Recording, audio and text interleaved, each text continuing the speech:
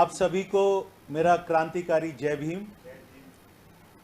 साथियों, आज देश में जिस तरीके से कुछ फासिस्ट ताकतें जो सांप्रदायिकता का जहर फैलाकर सरकार में काबिज हैं और देश में जो धर्म की राजनीति कर कर संविधान को कमज़ोर करना चाहते हैं, कांग्रेस पार्टी का अखिल भारतीय कांग्रेस कमेटी का जो एससी विभाग है उसने एक फैसला लिया, एक कैंपेन चलाई कि जब आरएसएस के जो अग्रिम संगठन हैं वो संविधान को ख़त्म कर कर मनुस्मृति को लागू करना चाहते हैं, तो हम उनको ये चेतावनी भी देना चाहते हैं और ये बताना चाहते हैं कि बाबा साहब भीमराव अंबेडकर ने जो संविधान लिखा उसके अंदर हर वर्ग, हर संप्रदाय, हर क्षेत्र के लोगों को, महिलाओं को उसके अंदर उनके अधिकार लिखे,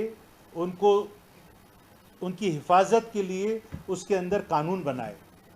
लेकिन आज जो मनुस्मृति को मानने वाले लोग हैं, जो मनुवाद को मानने वाले लोग हैं, उस विचारधारा के ऊपर सरकार चलाने वाले लोग उस संविधान को ख़त्म करना चाहते हैं। आरएसएस का जब गठन हुआ था तो उन्होंने फैसला किया था कि 100 साल जब पूरे हो जाएंगे, जो 2025 में होने जा रहे हैं, उन्होंने कहा था कि देश से संविधान को ख़त्म कर देंगे और यहाँ पर वो वर्ण व्यवस्था लेकर आएंगे, वो वर्ण व्यवस्था के जहाँ पर वंचितों को, दलितों को, गरीबों को गले के अंदर मिट्टी की हांडी बांधकर चलना पड़ता था कि अगर कहीं पर थूक आए तो उनको सड़क पे थूकने का अधिकार नहीं था, उस हांडी में थूकना हुआ करता था। उनको कमर के अंदर झाड़ू बांध के चलना पड़ता था कि उनके जो कदम ज़मीन के ऊपर पड़े तो वहाँ पर जो ऊंची जाति वाला है उसके कदम उस मिट्टी को ना छू जाएं। तो वो वाली व्यवस्था आज देश के 75 साल आज़ादी के बाद अगर ये लोग लाना चाहते हैं तो देश का सच्चा नागरिक होने के नाते हमारा ये कर्तव्य बनता है कि हम संविधान की रक्षा करें। और उसके लिए हमने जो कैंपेन चलाया वो कैंपेन ये है कि हम उन लोगों को जो संविधान के मानने वाले लोग हैं, जो बाबा साहब भीमराव अंबेडकर को मानने वाले लोग हैं, उस हमारे कैंपेन के साथ में, उस मुहिम के साथ में जुड़ें, संविधान रक्षक बने। पूरे देश भर में अभी अखिल भारतीय कांग्रेस कमेटी भारत जोड़ो यात्रा निकालेगी। 14 प्रदेशों के अंदर ये यात्रा निकलेगी और 3500 किलोमीटर हमारे देश के बड़े बड़े नेता और उसमें स्वयं राहुल गांधी जी भी पदयात्रा करेंगे। उस भारत जोड़ो यात्रा करने का जो मतलब है वो ये है कि जिस तरीके से भारतीय जनता पार्टी आरएसएस की विचारधारा को आगे रखकर देश में आज बुलडोजर की राजनीति कर रही है, देश को तोड़ने का काम कर रही है, गरीबों को उजाड़ने का, किसानों को उजाड़ने का, महिलाओं के ऊपर अत्याचार करने का जो काम कर रही है, उसके उनकी वो विचारधारा है तोड़ने की। और कांग्रेस पार्टी जोड़ने का काम के लिए ये भारत जोड़ो यात्रा निकाल रही है। इसी के साथ में हम इसका फॉलोअप जो काम करेंगे, एससी, एसटी, ओबीसी, माइनॉरिटी, आरजीपीआरएस, कर्मचारी संगठन, असंगठित संगठन और फिशरमैन जो हमारे अलग डिपार्टमेंट्स हैं, हम सब लोग मिलकर संविधान बचाओ मार्च निकालेंगे। हर प्रदेश के अंदर हम लोग 75 किलोमीटर पदयात्रा करेंगे, लोगों को संविधान के बारे में बताएंगे और जिस तरीके से भारतीय जनता पार्टी के और आरएसएस के अग्रिम संगठन जो धर्म संसद करके ये घोषणा करते हैं कि हम संविधान को ख़त्म करेंगे और वर्ण संविधान लेकर आएंगे जो वर्ण के ऊपर आधारित होगा,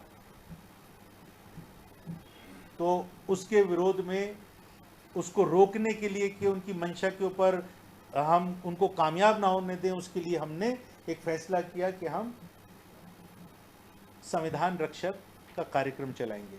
तो मैं तो आप सब लोगों से भी अपील करूंगा, आप सब लोग नौजवान हैं, संविधान को मानने वाले हैं और उसी संविधान के अंदर आप लोगों के भी अधिकार हैं, आपके कुछ कर्तव्य भी हैं। संविधान में लोग सिर्फ अधिकार को ढूंढते हैं लेकिन वहाँ पर कर्तव्य भी हैं। तो जिन कर्तव्यों का पालन करते हुए आज उस संविधान की रक्षा करना आप हम सब लोगों की एक जिम्मेदारी बनती है। जो डेमोक्रेसी का चौथा स्तंभ है, जिसे हम आप लोगों को उसका एक मजबूत स्तंभ देखते हैं। आज अगर देखा जाए तो उस मीडिया को भी कमज़ोर किया जा रहा है, ख़त्म किया जा रहा है, गुलाम बनाया जा रहा है। लेकिन आप सब लोगों को मैं शाबाशी देना चाहता हूं कि आप लोगों ने एक क्रांतिकारी फैसला लेकर, चाहे आप लोगों के चैनल्स बहुत छोटे छोटे हो सकते हैं, आपकी रीच बहुत छोटी हो सकती है, लेकिन आपने जो शुरुआत की कि आपने अपना स्वरोजगार ढूंढा और अपनी प्रतिभा को आपने इस व्यवसाय के अंदर डाला, जो समाज की आवाज़ को रेगुलर बेसिस के ऊपर उठाते रहते हैं। मैं आप सब लोगों को भी बधाई देता हूँ, मुबारकबाद देता हूँ, और मैं आपसे अपील करता हूँ कि संविधान रक्षक बनाने के जो मुहिम है, इसके अंदर आप लोग भी शामिल हो। धन्यवाद। सर, सवाल है कि बनारस के जो कुछ बाबा लोग हैं, उन्होंने घोषणा कर दी है कि 2023 में नया संविधान लेके आएंगे। लगभग 730 पन्नों का संविधान बना रहे हैं और कह रहे हैं कि भगवा झंडा जो होगा वो होगा। क्या कहेंगे इसके बारे? देखिए, मैं वही बताना चाहता हूँ कि आज देश का संविधान खतरे में है। जो ताकतें आज सरकार के अंदर हैं, वो करना क्या चाहती हैं? देश के अंदर अगर संविधान खत्म हो जाएगा तो जो हमारी बहन वहां पर कुर्सी पे बैठी, उसको कुर्सी पे बैठने का अधिकार नहीं होगा। जो छोटी जाति का उनकी नज़र में जो है, जो वर्ण सिस्टम के अंदर वो छोटी जाति और बड़ी जाति जो बना रखी है, उसको जीने का अधिकार नहीं होगा, क्योंकि उसके ऊपर अत्याचार करना, महिलाओं का ऊपर दुराचार करना, बलात्कार करना, उनको मार देना, ये वाजिब है। तो ये जो मनुस्मृति का एक प्रारूप एक दूसरे तरीके से वो बनाकर लागू करना चाहते हैं, हम उसका विरोध करते हैं। सर, आपने अभी भारत जोड़ो की बात करा है। प्रधानमंत्री नरेंद्र मोदी जी जब 2019 के जीत के बाद उन्होंने जब अपने कार्यकर्ता संबोधन कर रहे थे, तो उन्होंने भी कहा था सबका साथ, सबका विकास और सबका विश्वास। वो भी एकता का प्रतीक दे रहे हैं और आप भी एकता का प्रतीक दे रहे हैं, दोनों में फर्क क्या है? आप बताइए कि सबका साथ सबका विकास कहाँ हो रहा है? विकास तो यहाँ पर सिर्फ कुछ ही पूंजीपति लोगों का हो रहा है, अंबानी का हो रहा है, अडानी का हो रहा है। आज देश का नौजवान रोजगार मांगने के लिए जब आवाज़ उठाता है तो उसके ऊपर लाठी चार्ज किया जाता है।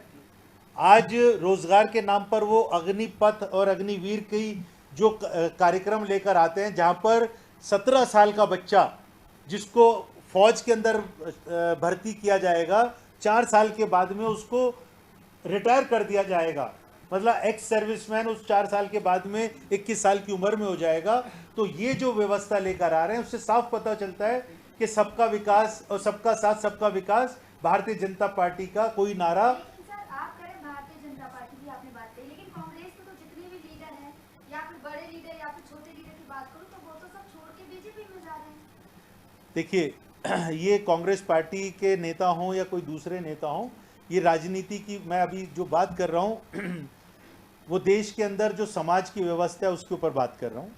राजनीति की अगर बात करें, ये खुला वो है कि किसी को भी अधिकार है, डेमोक्रेटिक कंट्री है, यहाँ पर कोई भी किसी विचारधारा के साथ किसी भी परिस्थिति के अंदर जाना चाहे तो जा सकता है। सर, तो इस पे तो ये बात सही है ना, तो जेपी नड्डा जी ने कहा है कि 2024 के बाद केवल बीजेपी केवल एक ही पार्टी रहेगी और पार्टियां नहीं रहेंगी। ये फैसला लोग करते हैं, जेपी नड्डा या भारतीय जनता पार्टी के नेता नहीं करेंगे। ये फैसला तो संविधान के अंदर वोट देने का जो अधिकार है, वो वोट फैसला करेगा कि सरकार किसकी बनेगी, कौन जीतेगा और कौन हारेगा। सर, चलिए आप कांग्रेस से आपसे उससे रिलेटेड पूछूंगी कि जहां एक तरफ आप कह रहे हैं कि जनता फैसला करेगी, लेकिन वही जनता में ही कुछ लोग हैं जो कहते हैं, या फिर सत्ता में जो लोग हैं वो कहते हैं कांग्रेस खत्म है, तो इसका क्या? नहीं, कांग्रेस खत्म नहीं हो सकती।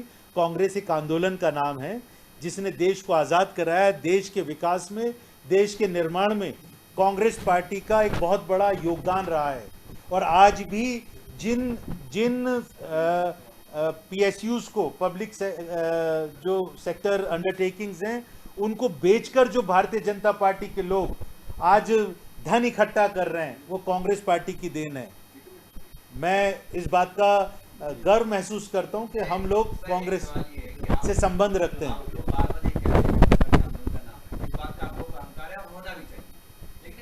अहंकार नहीं, इसका गर्व है हमको। बिल्कुल गर्व, अहंकार नहीं शब्द।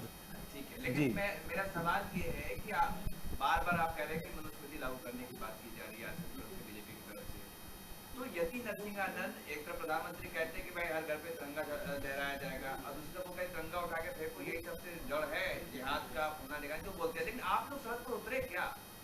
देखिए, मीडिया में बाइट दे दिया, आज उठिए काम हो गया, खाना पूर्ति कर दिया, विपक्ष आप का लोग क्या मीडिया में उतरे कि क्या एक तरफ गांधी जी को गोली मारी जा रही है, मध्य प्रदेश में होता है, सामने में दिखाया जाता है, और मैं इसके बारे में बता दूं। आप लोग कब उतरे सड़क पर दिखाने के लिए उनको गिरफ्तार करो, ये देशद्रोह है, देशद्रोही है या नहीं? सुनिए, देखिए, मुझे अच्छा लगा आपने सवाल किया, क्योंकि आपको दिखाई नहीं दिया, तभी आपने सवाल किया कि हम सड़क पे उतरे, आपको पता ही नहीं चला। उसके पीछे एक बहुत बड़ा कारण ये है कि जिसको बोलते हैं गोदी मीडिया और मोदी मीडिया, वो हमको विपक्ष को दिखाना ही नहीं चाहता है। इसलिए तो मैं आप लोगों से अपील कर रहा हूं कि आप लोग जो हैं इंडिपेंडेंट, जो अपने चैनल्स और प्लेटफॉर्म्स चला रहे हैं, आप नौजवान हैं, आज देश का नौजवान खतरे में है, देश का भविष्य खतरे में है। मीडिया को तो उन्होंने खरीद लिया, गुलाम बना लिया। तो इस वजह से मैं आप लोगों से अपील करना चाहता हूं कि ताकि ये विपक्ष की आवाज दिखाई दे, लोगों की आवाज दिखाई सुनाई पड़े, उसके लिए आप लोगों को सक्रिय होना पड़ेगा। राजस्थान के जालौर जिले में एक दलित बच्चा पानी पीने गया तो पीट कर टीचर ने मार डाला।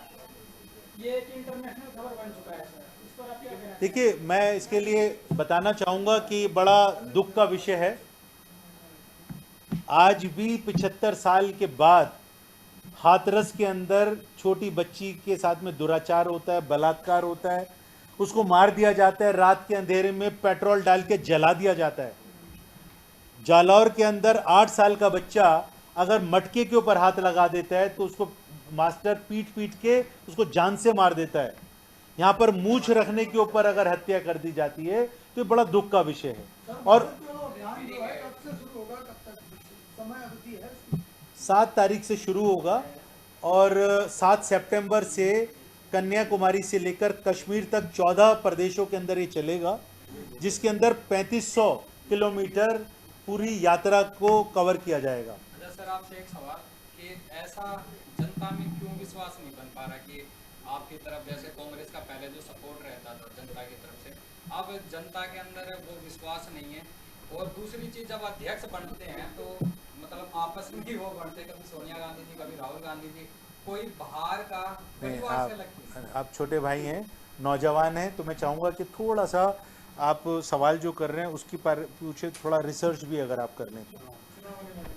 चुनाव होने जा रहा है और रिसर्च के अंदर ये बताऊंगा कि गांधी परिवार के अलावा कितने हमारे अध्यक्ष रहे हैं। देश और दुनिया की खबरों से अपडेट रहने के लिए आप अभी तक न्यूज़ चैनल को सब्सक्राइब करना ना भूलें और साथ ही हर न्यूज़ का नोटिफिकेशन पाने के लिए बेल आइकन को भी दबाएं।